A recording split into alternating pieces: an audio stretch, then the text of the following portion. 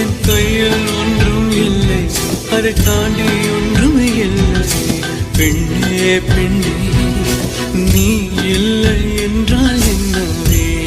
ஓ நெருப்போடு வெந்தே மண்ணாவே. உன் பேரை சொல்ல